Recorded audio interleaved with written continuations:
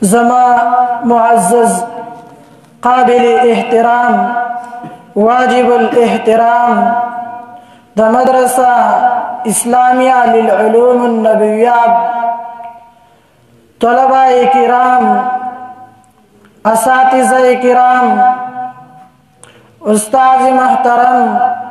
محتمم مدرسہ حاضہ شیخ القرآن والحدیث مولانا سید عالم صاحب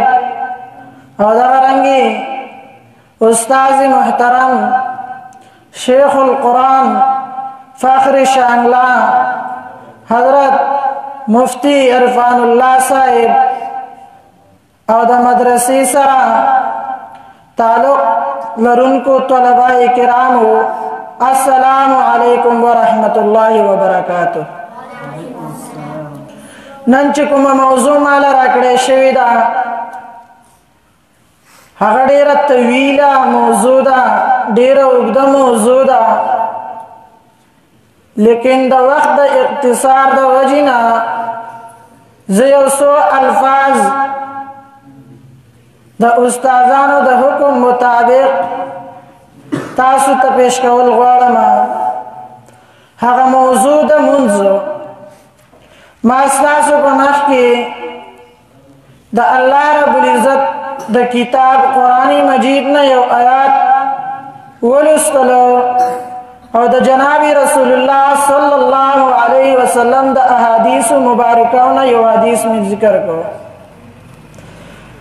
هغه کې الله رب العزت فرمایي چې د مانځ پابندي کوي په اطرافو د روز کې او په صحیح سره شپه کې. بیشک یقینا نیکی چې دا لري کوي بدو لره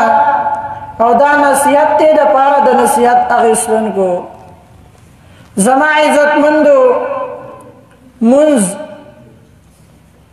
دا د الله رب العزت لاولنی عبادت لاولنی حکم دی.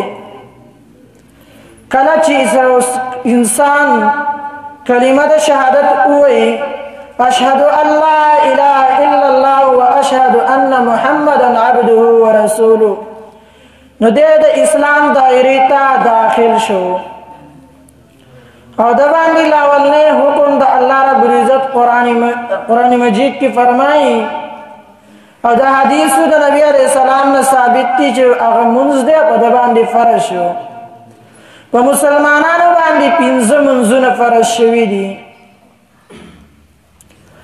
او نبی علیہ السلام ته الله رب العزت فرمایي چې ما ستا په امت باندې 15 منځونه فرض کړي دي. که چېرې دوی دغه 15 منځونه په خپل وخت کې د ادا کولو اهتمام کوي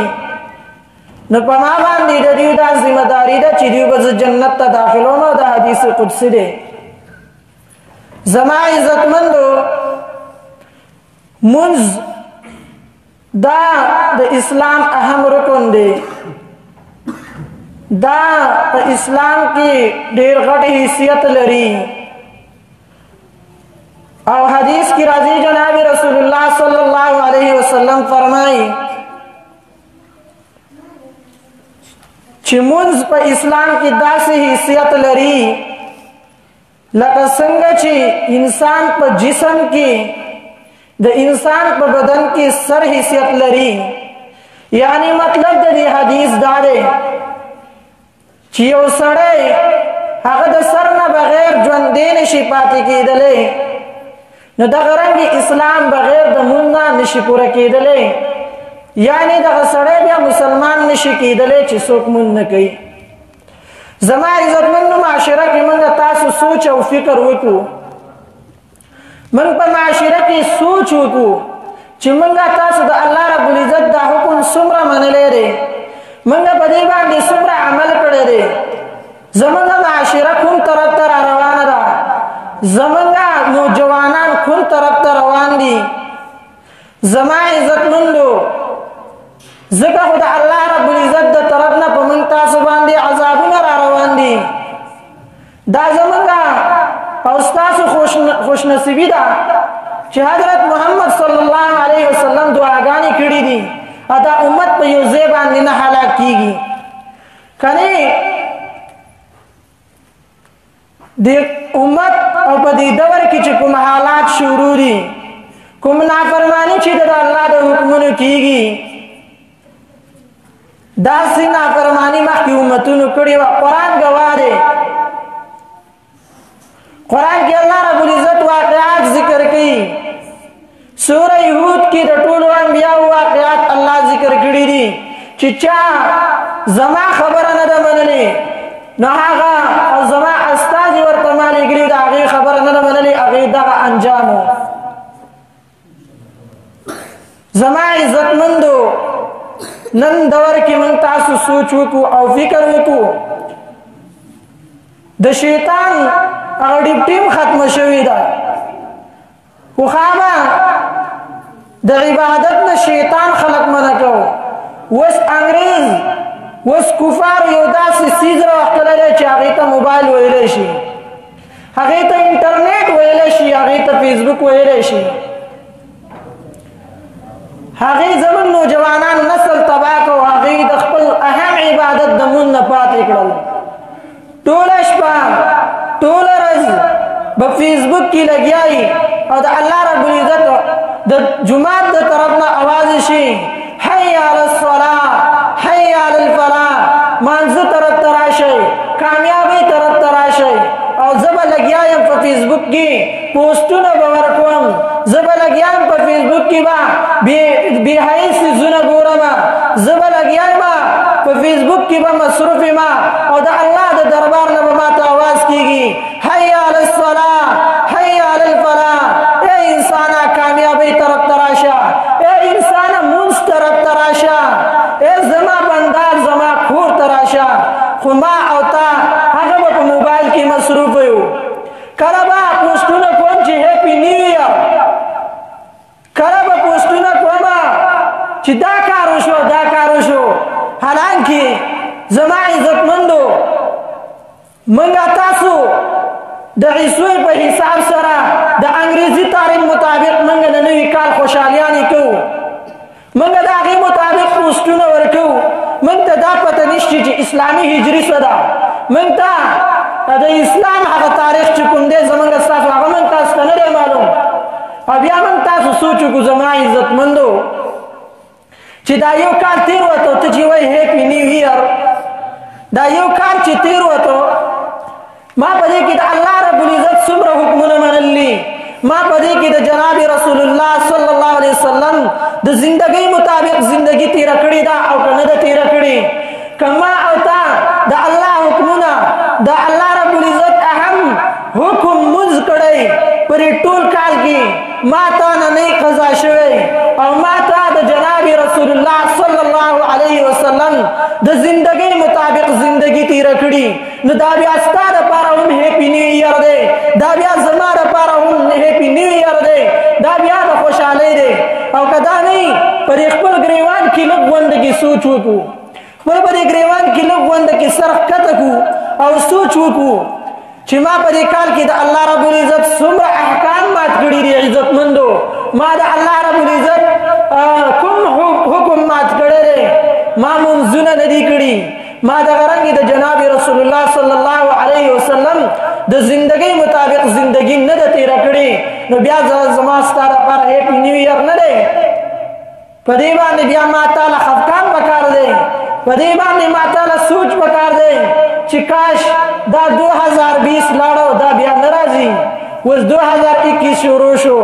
کاش کې ما په دې کې د الله حکمونه منلې وی کاش کې ما په دې کې د جناب رسول الله صلی الله علیه وسلم د طریقو زندگی مطابق زندگی تیره کړې وی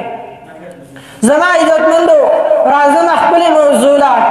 الله رب العزت په دې آیات کریمه کې فرمایي چې تاسو د مونځ پابندي کوئ طرفي النهار علماء کرام فرمایي چې په دې کې د سحر مونځ او په دې کې د ماسپښین مونځ او مازدیګر مونځ رالو او زلفن په دې کې د ماسخوتن او د ماښام مونځ راغی چې دا ورځې ته نږدې دي مونځ فایده دا ده چې مونځ ته په خشوع او حضور سره وکړې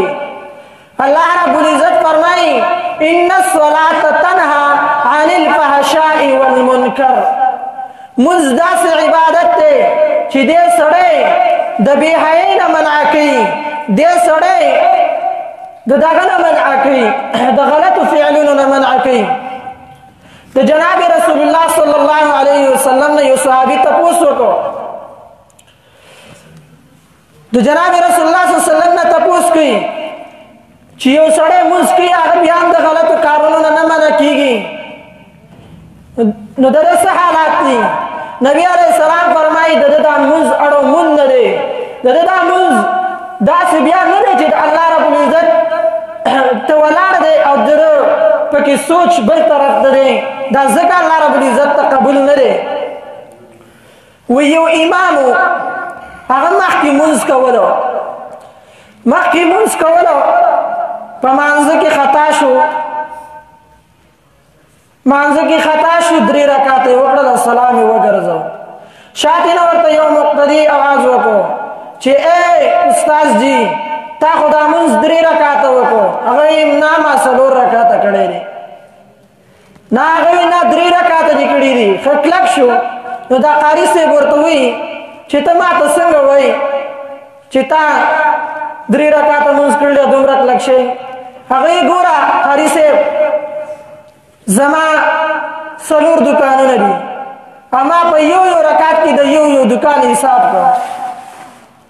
د یو رکعت کې ما د یو دکان حساب کړ، ما د 3 دکانونو حساب کړی دی او یو دکان چې کوم دی هغه پاتې دی، تا دا بل رکعت نه دی کړی. زما عزتمندو موږ تاسو سوچ وکړو، زموږ منځونه دې حالات ته رسېدلي دي. قرآن کې الله رب العزت فرمایي منځ کوونکو ته ګوره الله خیرین کړي دي، هغه څوک دي؟ فویل للمصلین. الله رب العزت فرمایي هلاک دي شي منځ کوونکي. د تعجب خبره ده، دا الله حکم دی منځ کوي او الله وی هلاک دي شي. نو الله وی الذین هم عن صلاتهم ساهون، هغه منځ کوونکي چې هغه د خپل مونږ نه دي خبر چې منځ کې زه څه وایم، مونږ نه دي خبر. الذین هم یراؤون، او تکبر ځان ښیي خلکو ته، د هغې دپاره منځ کوي. داسې منځ کوونکو ته الله رب العزت چې کوم دی خیرې کړي دي. زما عزتمندو نو منځ ترجمه یې زده کړو، د منځ په معنا باندې موږ تاسو کله زده کړه، بیا چې موږ تاسو منځ ته ولاړ یو منځ به موږ له خوند نه کوي، منځ به موږ له مزه راکوي. زما عزتمندو د منځ د الله رب العزت اهم حکم دی چې د دې پوره اهتمام وکړو او د دې مطابق خپله زندګي تېره کړو. وما علینا الا البلاغ.